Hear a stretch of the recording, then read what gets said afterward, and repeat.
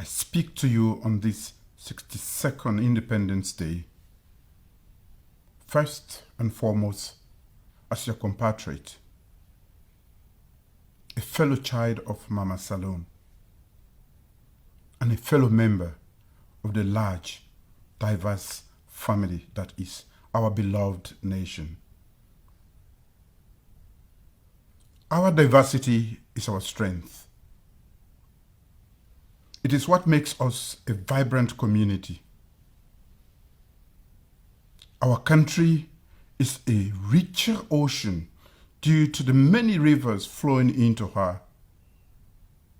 We should all be proud of our diversity of ethnicities, cultures, religions, and political views that coexist daily in this land. We should all remain vigilant and ready to stand against those who seek to divide us and manipulate our diversity to serve their interests. I speak to you today as your fellow citizen who has sworn an oath to be on the front line to stand against elements that seek to disrupt the peaceful coexistence of our communities. The opportunity to address you today on our Independence Day for the 5th time in my capacity as the elected president of this republic is a great privilege. Addressing the nation on Independence Day also brings with it a certain responsibility. More than any other statements, a presidential speech on this day is a connection with the past and the future. Any anniversary, even our personal ones, such as birthdays and wedding anniversaries, is an occasion of reflection. Reflection on the journey traveled, reflection on the lessons learned, reflections on the opportunities to be seized, reflections on the road ahead and dreams to be achieved. On Tuesday, 25th April, in my last address to Parliament, on the occasion of the dissolution of the 5th Parliament of the Second Republic, I highlighted in detail the concrete successes of my SLPP administration since I was elected president in 2018. Today, I'd like to speak more thematically, echoing history, reflecting on where we are after 62 years of independence, and throwing the spotlight on the pathway to a future that I'm sure we all desire for ourselves, our children, and future generations. Peace, unity, and progress are my chosen themes. I certainly could have selected others. However, these three are the fulcrum upon which great nations grow and thrive. It also speaks to our national needs and aspirations. Peace. Fellow Sierra Leoneans, serving our nation as the head of state, Grand Commander of the Order of the Republic, and Commander-in-Chief of our armed forces is a responsibility I do not take lightly. When I assumed this office 5 years ago, I affirmed my commitment to serve as president for all Sierra Leoneans. Fellow citizens, I reaffirm that pledge today. We have only one country, Sierra Leone, and we are all one people. In that spirit, I led a government that has promoted national unity, cohesion, and disciplined leadership. I've done so in the best interest of all Sierra Leoneans.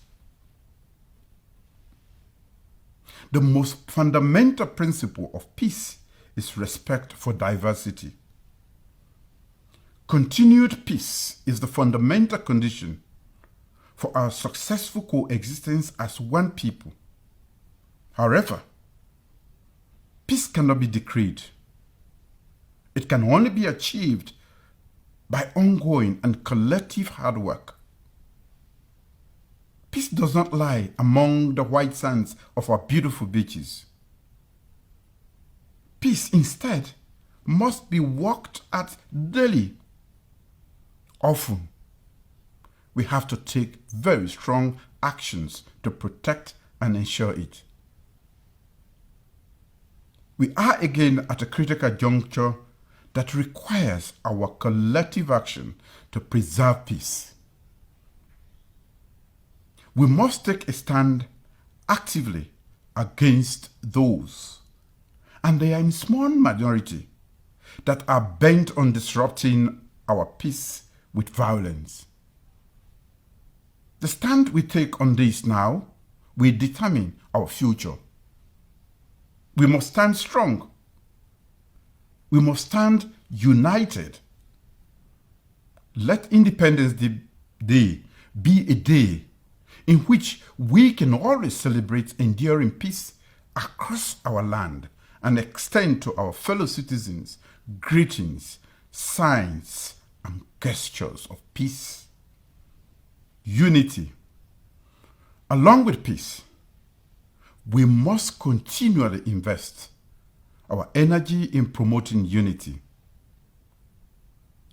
Let us remain ever mindful of the heartfelt appeal by our illustrious founding father, Samiti Magai, in his message on our first Independence Day on 27th April 1961. I quote, "I ask you to deal fairly and honestly with your fellow men, to discourage lawlessness, and to strive actively for peace, friendship, and unity in our country." End of quote. Fellow citizens, together we are stronger. Let us honor our national pledge daily and work for Sierra Leone's unity, peace, freedom, and prosperity. When we work together in the national interest, we can do great things and make significant progress. Over the last 5 years, we have shown that so much can be achieved through unity as we pushed through Parliament bipartisan programs to advance progress in our country. As President, I'm pleased that politicians from different divides were able to show our countrymen and women, the electorate, unity around several necessary actions to promote meaningful change in the long-term interest of the nation. Over 75 laws were repealed, amended, and enacted by my government, working closely with Parliament. The passing of the Gender Equality and Women's Empowerment Bill is historic. With an improved gender balance in the next Parliament, the political environment will change significantly by giving women more voice and agency at the highest level of national politics. That too is unity in action. We showed our unity when we came together as one people to form a united front in response to the threat of COVID-19 pandemic. The impact of the pandemic has certainly been devastating on lives and livelihood across our nation. I remain concerned by the enduring effects. However, I'm also touched by our unity in standing together when faced with another serious health emergency. In pursuit of a united Sierra Leone, my government also convened Bintumani III to discuss how we could heal this nation. The Independent Commission for Peace and National Cohesion has since been established. On this 62nd Independence Day, I'm pleased to know that religious and sectarian tolerance is at an all-time high in our motherland. I know this directly from my visits to almost all the 190 chiefdoms of this country. I recently was in Fuendu town, Peri Chiefdom, in Pujong district, the first president to do so since independence. Everywhere I travel, I hear the same demands. Our people want peace. Our people want an opportunity for all. Our people wish to progress. These demands resonate with me and my government. They are the very reasons we heeded the call to serve. They are why we continue to serve and are seeking a renewal of the mandate given to us 5 years ago. Progress. As we look back and review our nation's journey from the first Independence Day message of Sir Maitre Magai until today, we have so much to be thankful for. Our nation has seen peaks, and it has seen lows. We have experienced the brightest of days and endured the darkest of nights. Over the last 6 decades, Sierra Leone has also grown demographically. We are now more than double the size of the population that Sir Milton addressed.